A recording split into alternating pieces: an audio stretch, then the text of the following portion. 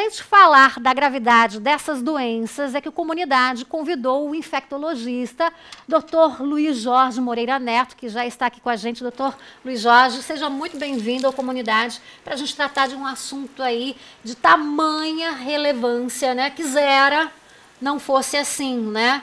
Mas é super importante a gente falar dessas doenças todas que são transmitidas pelo Aedes aegypti. Eu costumo dizer, brincar, né?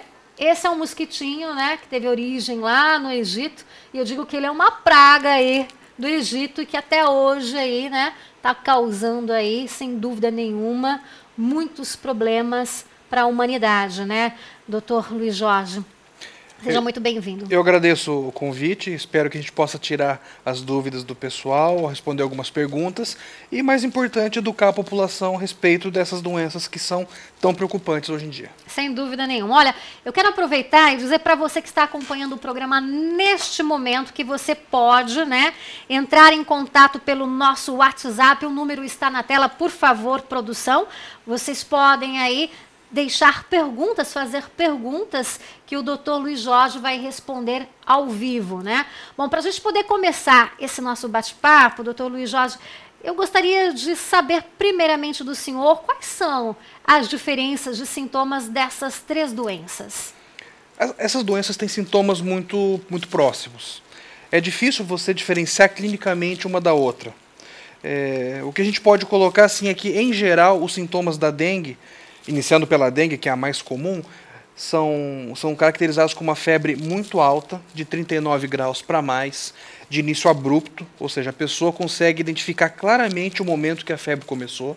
A gente até brinca que quando ela vai no médico, ela fala assim, olha, começou na hora da novela. Ela consegue te dizer exatamente. Isso é uma característica do vírus da dengue. A pessoa tem muita dor no corpo, tanto que um dos nomes da dengue é chamada febre quebra-ossos.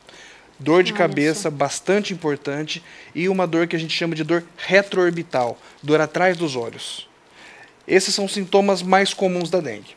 Em alguns casos pode aparecer também dor nas juntas, dor nas articulações, e também manchas pelo corpo, mas são sintomas um pouco menos comuns. As manchas pelo corpo são sintomas de um outro tipo de dengue, aquele da dengue hemorrágica? As manchas da dengue hemorrágica são um pouco diferentes.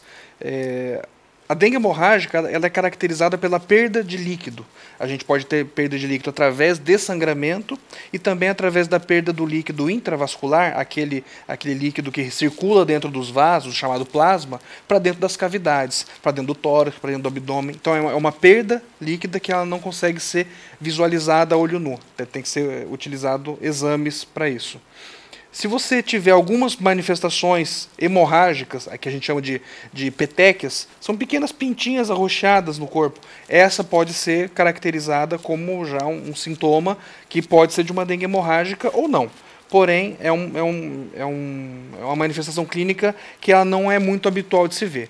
As manchas que aparecem no corpo não são essas pintinhas arroxeadas, são umas manchas mais rosadinhas, semelhantes até às manchas da rubéola. Umas manchas bem rosadas, elas são claras e pode ter coceira ou não. A pessoa pode se coçar ou não. A diferença da dengue para as demais doenças, como por exemplo a zika e a chikungunya, reside em alguns fatos que ocorrem no decorrer da doença. Por exemplo, a dengue costuma melhorar do 4º ao 5º dia. A zika ela é caracterizada por uma febre mais baixa e dores nas juntas e manchas pelo corpo, com mais frequência do que na dengue. Só que a febre é um pouco mais baixa, a dor de cabeça é menos intensa, a dor no corpo é menos intensa. A sintomatologia é um pouco mais leve. E por fim, a chikungunya tem sintomas parecidos com os da dengue e da zika, só que as dores articulares são os sintomas que vão predominar. As dores nas juntas vão permanecer durante mais tempo. Tem gente que tem sintomatologia de chikungunya por 2, 3 meses. A sintomatologia de dores nas juntas. Agora, uma curiosidade, doutor Luiz Jorge. A pessoa contraiu o vírus ou da dengue, ou o zika, né, ou do chikungunya. Pode o vírus ficar incubado no organismo e não apresentar sintoma nenhum? Não, isso não existe. O que pode acontecer é que a pessoa vai ter um quadro com tão pouco sintoma que ela pode nem apresentar febre ou dores no corpo. Só que o vírus não perceber. Só que o vírus não fica incubado. Ou seja, do momento da picada até o momento da cura, vão variar aí 7, 14, no máximo 21 dias. A pessoa vai ter essa infecção, que pode ter pouco sintoma. Não acontece, no caso de a gente usar o termo incubado, da pessoa levar a picada hoje e apresentar os sintomas daqui 5 ou 10 anos. A doença, no momento que ela recebeu a picada, ela vai desenvolver a doença. Se a doença vai ter sintoma ou não, isso é uma particularidade de cada uma. No caso da dengue, aí até 5% dos casos são totalmente assintomáticos. É uma infecção que a pessoa não vai ter sintoma algum e vai descobrir só que teve dengue se fizer um exame de sangue. Olha, eu já tenho uma pergunta de um telespectador. Eu gostaria de agradecer aqui o Adivaldo Filho, né, lá de Alto Paraná, e que está sempre, né, ligadinho no programa. Um grande abraço, viu, Adivaldo? Olá, tudo bem? Relacionado à pauta de hoje sobre a Zika, qual seria o prognóstico dessa doença? É a dúvida aí, né? A dúvida do Adivaldo. Por favor, doutor. A dúvida do Edivaldo do Adivaldo é uma dúvida que vem perseguindo a gente já desde que foi noticiado os casos de microcefalia e de síndrome de Guillain-Barré, que a gente vai comentar mais tarde. Até o mês de outubro, quando a gente falava em Zika, a gente pensava que era uma infecção como a dengue, só que mais fraca. Não eram relatados mortes pela Zika, não tinha todo esse quadro neurológico da microcefalia e da síndrome de Guillain-Barré. A gente pensava até que era uma infecção benigna. Hoje em dia se sabe o contrário. Já foram detectados óbitos, inclusive de adultos, por conta da Zika. Então já sabe que ela não é tão boazinha quanto se imaginava. E o prognóstico da microcefalia é muito grave. Se a mãe teve a Zika nos primeiros 3 meses de gestação, a criança ou ela vai sofrer um aborto, ou a criança vai nascer morta, ou a criança vai ter sequelas neurológicas que são, em grande parte dos casos, irreversíveis. Então serão crianças que terão que ter um acompanhamento neurológico muito especial e serão consideradas, um termo que eu não gosto de usar muito, mas serão crianças chamadas especiais. Tá? Se o contágio da Zika for um pouco mais tardio, os meses finais da gravidez, pode até ser que a criança não tenha nada, ou tenha um leve retardo do desenvolvimento, mas mesmo assim, o vírus ele busca o cérebro da criança para poder se multiplicar, ele lesa o cérebro da criança. Pode ter lesões oculares, então a criança pode nascer com um problema de visão, pode até nascer cega, teoricamente pode acontecer isso. Então, o prognóstico, hoje em dia, eu posso dizer que é isso. Se pegar durante a gravidez, é grave para o bebê. Para a mãe, não. Para adultos, muito raramente ela vai causar o óbito, mas pode causar. E para crianças, provavelmente vai ser o mesmo prognóstico que a gente tem para os adultos.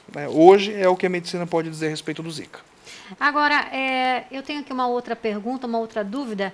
Assim como a dengue, chikungunya e o Zika podem ser contraídos aí, essas doenças podem ser contraídas, melhor dizendo, mais de uma vez, doutor Luiz Jorge? Sim. Depende de cada uma das doenças. Por exemplo, chikungunya, se conhece apenas um tipo de vírus chikungunya. Então, se você pegou chikungunya uma vez, no conhecimento atual da medicina, você só pode pegar nessa vez mesmo e depois você não pega nunca mais. Então, até a vacinação estaria descartada nesse caso. Quando houver a vacina, óbvio. Zika, ao que se conhece, também só existe um tipo de vírus. Então, Zika só se contrai uma vez, no conhecimento atual. Já dengue, temos 4 tipos de vírus. Subtipo 1, subtipo 2, 3 e 4. Então, é possível você pegar dengue 4 vezes. O problema reside no fato da pessoa que pegou a dengue uma vez se expor uma segunda vez, uma terceira ou uma quarta vez. Porque a cada vez que ela se expõe novamente, ela está sob um risco maior de ter a dengue hemorrágica. Olha, é um perigo realmente muito grande, né? Para as outras doenças, só uma vez. A dengue você pode pegar até 4 vezes. Agora, eu tenho uma outra pergunta de uma telespectadora. Olha aqui na tela, melhor dizendo, olá, acompanho a comunidade através da internet. Queria saber se realmente é um mito, né? Quem pega a Zika uma vez não corre risco de se contaminar novamente? Atenciosamente, Marilene Barbosa. Marilene, obrigada pela sua pergunta, né? O doutor acabou, inclusive, de responder, né, a pergunta. Uma coisa interessante que estão dizendo muito, provavelmente vão perguntar, porque foi o que surgiu na mídia essa semana, né? O fato da Zika ser uma doença sexualmente transmissível. É muito provável que sim. Existem alguns casos que estão sendo pesquisados, né? Mas tem um caso muito conhecido de um médico, inclusive, que esteve na África, pegou o Zika na África, voltou para os Estados Unidos para se tratar, e a esposa dele também pegou o Zika. Só que, detalhe, a esposa não estava na África, e não existe vírus Zika nos Estados Unidos. Então, muito provavelmente, pegou do contato com o marido. Os possíveis contatos é o contato pessoa a pessoa e o contato sexual. Já foi determinado que existe vírus Zika no esperma masculino. Então, é possível a transmissão por via sexual. É um problema que também deve ser abordado. Gente, e esse nome Zika não poderia ser mais apropriado, né? Porque realmente, ô doença, hein, doutor Luiz Jorge? Está sendo uma zica para todos nós. Sem dúvida. Agora, tem uma informação, inclusive, que saiu ontem no site da BBC, né, uma matéria alertando, doutor Luiz Jorge, que o Brasil deve se preparar aí para a zika endêmica, tanto em território nacional como em outros países da América Latina, né? Em um cenário aí semelhante ao que ocorre com a dengue, né? Que desde os anos de 1990 teve o número de casos aí multiplicados no país, né? O aviso vem de cientistas ouvidos pela BBC Brasil para analisar os possíveis desdobramentos no surto que já atingiu mais de 20 estados brasileiros e pelo menos 2 dezenas de países aí no continente. Seríssimo, né? Eu concordo com essa afirmação, porque nós temos todas as condições que o mosquito precisa para se multiplicar. E o mosquito é chamado vetor. O mosquito também tem a doença. Ele adquire a doença de uma pessoa. Essa doença provavelmente não vai causar nenhum problema para o mosquito, mas ele vai se tornar um transmissor dessa doença. O vírus permanece naquele mosquito. No caso da dengue, quando a fêmea... porque é só a fêmea que pica. O macho não pica. Quando a fêmea vai picar para poder adquirir o sangue, para poder maturar os ovos, ela já transmite a dengue para os seus ovos. E os ovos já nascem doentes. Os mosquitos que vão nascer a partir dali já vão nascer com dengue. Eles já vão nascer transmissores. Com a chikungunya a gente sabe que isso não ocorre. Então o risco de ter uma epidemia por chikungunya é um pouco menor. Em relação à zika não se sabe exatamente ainda se ela tem esse mesmo comportamento de ser transmissível de um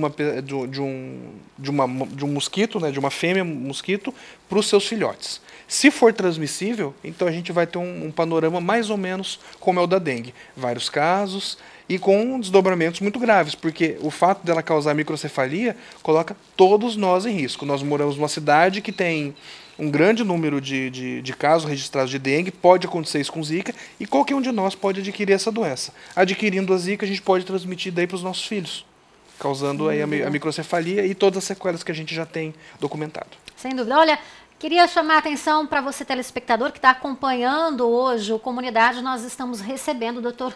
Luiz Jorge Moreira Neto, ele que é infectologista, né? E está tirando aí todas as dúvidas, né, sobre os sintomas aí da zika, da febre chikungunya e também da dengue. Portanto, você que está nos acompanhando, se tiver alguma pergunta para fazer, né, entre em contato pelo nosso WhatsApp na tela, por favor, produção. O telefone é o 91430639. A gente vai para um rápido intervalo enquanto o pessoal, né, faz as suas perguntas, a gente recebe aqui, interage pelo WhatsApp. Daqui a pouquinho a gente volta respondendo a todas elas, esclarecendo essas dúvidas todas aí sobre as diferenças nos sintomas. Fique com a gente, comunidade, volta rapidinho.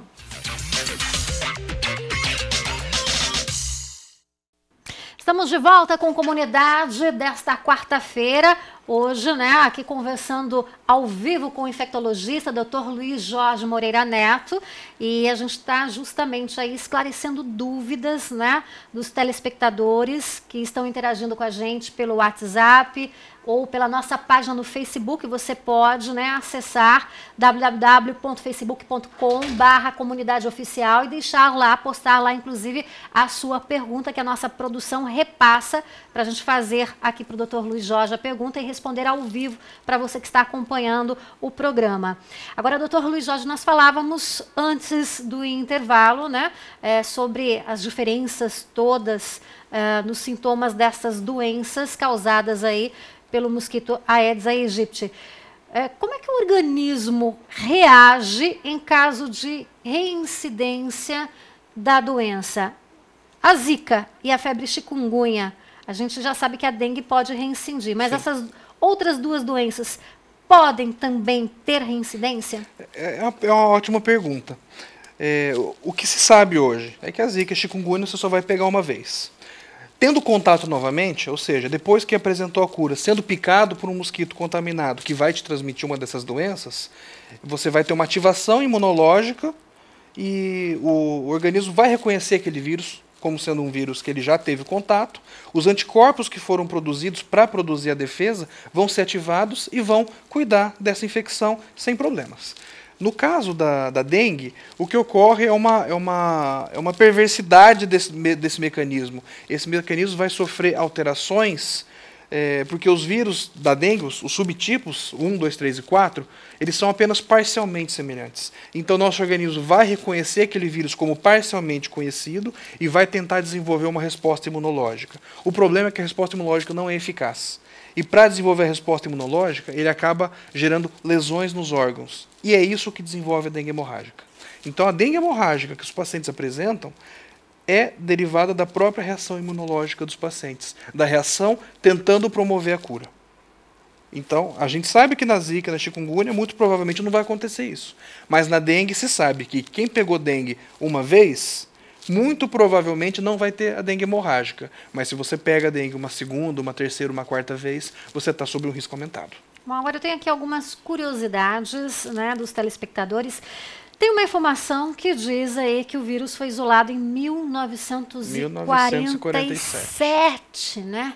E por que ele veio à tona novamente? Você pode responder? Todos esses vírus já existiam na natureza, possivelmente muito antes do homem, e circulavam entre animais. O ser humano, nas florestas onde ele se embrenhava, conheceu o vírus Zika, esse é um vírus do país Uganda, na África, e conheceram, divulgaram para a comunidade científica, mas nunca deram muita atenção.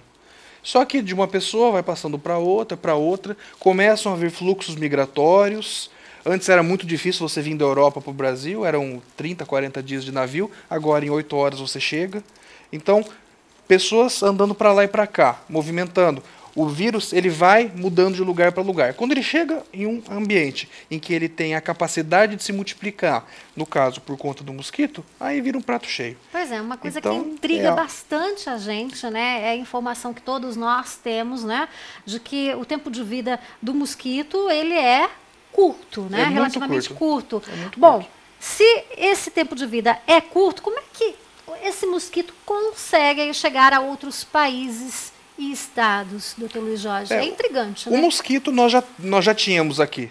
O que veio foi apenas uma pessoa doente com zika, chegou no Brasil, muito provavelmente na época da Copa do Mundo, mais um legado da Copa do Mundo que nós vamos ter, né? Essa pessoa foi picada por um mosquito genuinamente nacional, 100% brasileiro, que já estava aqui já há muito tempo, e encontrou no país condição de se multiplicar através dos mosquitos. E ele é disseminado de pessoa para pessoa. Então, quanto mais pessoas doentes, mais mosquitos vão picar essas pessoas e mais vai disseminar essa patologia. Vale lembrar que antes de 2001, 2002, nós não tínhamos dengue em Maringá. Houve casos na década de 90 e a doença depois permaneceu controlada durante muito tempo. Com a multiplicação dos mosquitos, eles foram se tornando cada vez mais frequentes e se tornaram doentes também, porque, como eu já expliquei, eles também têm infecção. E agora os mosquitos que nascem já vão nascer disseminando essa doença. Então o grande problema é a criação dos mosquitos. Se a gente agir na criação dos mosquitos, não precisamos se preocupar com zika, com chikungunya, com nada. Nós temos que impedir que o mosquito se multiplique. Só que é uma dificuldade, porque depende de educação ambiental da população, depende de ações do poder público e depende também de São Pedro, porque não pode esquentar e não pode chover. Por isso que no inverno não tem dengue, porque é seco e frio. Agora, com esse tempo que está fazendo, chovendo a cada 2, 3 dias, fazendo um calorão, como tem sido nos últimos dias também, chegando a 32, 33 graus, é tudo que o mosquito precisa para o ovo se multiplicar. Em 10 dias, o ovo ele cai na água, se torna larva, e já está o mosquito apto a poder postar ovos. Cada fêmea posta 1.500 ovos. Então, cada fêmea vai dar origem a pelo menos 1.500 mosquitos. É muita coisa, É né? muita coisa. Ele se reproduz numa velocidade, assim, espantosa, né? A maturação do mosquito é 10 dias. Inclusive, dia desses eu estava reparando até em casa, viu, gente? Olha, muita gente não se apercebe, né, de locais onde o mosquito pode ali depositar, né, os ovos. Então, e virar aí um possível criadouro. Mas até água parada em box de banheiro, viu, gente? Aquela água do banho, se você não rapor, se você não passar o rodinho, pode ser um chamariz. Sim. E um possível aí berçário, né, para que o mosquito deposite ali os seus ovos e aí, né, em poucos dias ali, porque a larvinha, eu não digo talvez venha a eclodir, né, mas enfim, a larvinha ali se forma, né, doutor? Ela se forma e ocorre toda essa possibilidade. Telhado, calha, caixa d'água aberta, caixa d'água que está com a tampa quebrada, é tudo que o mosquito precisa, um pouco de água e bastante calor. Então, nessa época do ano aí, então a gente vai sofrer, a epidemia vai vir de dengue. Esperamos que não venha zika nem chikungunya para Maringá, mas é uma possibilidade. Então, até junho a gente vai ter muito caso de dengue. A partir de junho começa a esfriar, a gente vai ter um pouco de paz em relação a isso. Doutor Luiz Jorge, eu tenho mais uma pergunta, né, de um telespectador, o Wagner, que está acompanhando o programa com a gente. Obrigada, Wagner, pela sua pergunta. Saiu informações de uma planta que atrai a libélula. Que essa planta é a predadora do mosquito. O senhor sabe nos dizer algo a respeito? Existem, pelo que eu li sobre isso, existem relatos de alguns municípios, principalmente do estado de Goiás e Mato Grosso, se eu estou bem informado, que eles fornecem a muda da planta para a pessoa, e isso atrai a libélula, e a libélula se alimenta dos ovos do mosquito. Ao que me consta é isso. Na literatura científica que a gente pode ter acesso, ainda não cita nada a respeito. A gente ouviu isso como uma notícia de jornal. Se realmente funcionar, é uma boa opção, porque é um método de combate natural. Basta que as libélulas venham comer os ovinhos do mosquito e a gente vai ter uma proteção maior. Tomara que seja verdade. Mas existe isso sim, eu vi essa notícia como ele, só que eu não sei se alguma universidade, alguém fez um estudo científico sério a respeito disso que tem esse tipo de confirmação. Agora temos uma outra pergunta, já que estamos falando de maneiras de combater o mosquito. Os repelentes, doutor Luiz Jorge, eles de fato combatem aí, né, o mosquito, são eficientes ou isso é mito? Combatem. Os mosquitos são espantados pelo repelente. O repelente ele forma uma camada que o mosquito vai perceber, né? Era como se a gente tivesse um cheiro ruim. E o mosquito não vai vir picar a gente, vai optar por picar outras pessoas.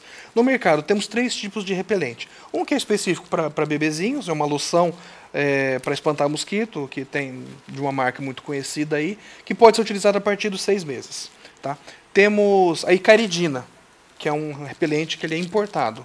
Ele tem uma duração de até 8 horas. Dizem ser muito bom, não tive experiência, mas pelo que eu li a respeito, é um repelente muito bom, só que por conta dessa epidemia toda, está dificílimo de encontrar no mercado, principalmente por ser importado. Resta pra gente aqueles repelentes que são a imensa maioria do que a gente encontra no mercado, são a base de DEET. Então, a maioria dos repelentes que você encontrar numa farmácia, no supermercado, todos eles vão ter o mesmo princípio ativo. O que vai diferenciar é a concentração. Você vai pegar o frasco, vai olhar o rótulo no verso. Você vai ter a concentração de 6 a 10%. Normalmente são fórmulas para crianças. Esses são úteis durante 2 horas. E as crianças podem usar até 3 vezes ao dia. E tem aquelas receitas caseiras de repelentes, né? A citronela, né? Aí. Que é um efeito muito rápido, 15 a 20 minutos já perdeu. Se você procurar um repelente DET com 15%, tem uma duração de até 6 horas. E adulto e gestante pode utilizar quantas vezes quiser. Então, fica a dica. Se tiver criança, até 3 vezes ao dia, principalmente de manhã e no finalzinho da tarde. Se for adulto, pode usar os de 15%, dura 6 horas a ação, aplica aí 2 a 3 vezes ao dia, está protegido durante todo esse intervalo. Agora nós temos aí outras dúvidas que pipocam na cabeça das pessoas, né, em relação à automedicação, né, ao tratamento dessas doenças todas. Eu gostaria que o senhor esclarecesse para a gente de que forma que é o tratamento para dengue, para o Zika vírus, né, para Zika e para febre chikungunya. É o mesmo tipo de tratamento? É o mesmo tipo. E as pessoas que se automedicam? A automedicação é um perigo. Para dengue, chikungunya e zika, basicamente, analgesia, utilizar analgésicos para tirar a dor no corpo, a dor de cabeça, para baixar a febre e muita hidratação. Para você ter uma ideia, uma pessoa de 70 quilos precisa de algo em torno entre 5 e 6 litros de líquido por dia. Muito mais do que aqueles 2 litros que nós estamos acostumados. Porque a pessoa com dengue desidrata muito rápido, seja pela febre, seja pelas manifestações hemorrágicas. Então, começou a ter febre, está suspeitando que seja dengue, primeira coisa que você faz, até antes de ir no médico, já compra uma água de coco, ou um chá, suco, qualquer coisa, qualquer líquido vale. Toma esse líquido e já vai para o médico. A hidratação tem que ser bastante volumosa. Analgésicos que são permitidos: dipirona, que é a chamada Novalgina, e o paracetamol. Esses 2 são permitidos. Qualquer outro analgésico ou anti-inflamatório não deve ser utilizado. Não deve ser utilizado ibuprofeno, nimesulida, diclofenaco, aspirina, por causa do risco aumentado de sangramento. Então, se tiver com dor, febre e suspeitando que seja dengue, não tome anti-inflamatórios. Apenas dipirona ou paracetamol. Gente, uma última pergunta, olha, de uma telespectadora, a Mariana Silva, lá do Jardim Tóquio. Ela escreveu aqui pra gente se a zika e a chikungunya pode levar a óbito como a dengue? O óbito dessas 2 doenças é um pouco diferente. A chikungunya tem relato de óbito, muito raro, e zika também. Só que o óbito é causado por uma piora clínica, a pessoa vai piorando, mas não apresenta os quadros de sangramento, os quadros hemorrágicos que a dengue causa. Mesmo assim, são doenças que a gente acreditava serem inofensivas e hoje em dia não são.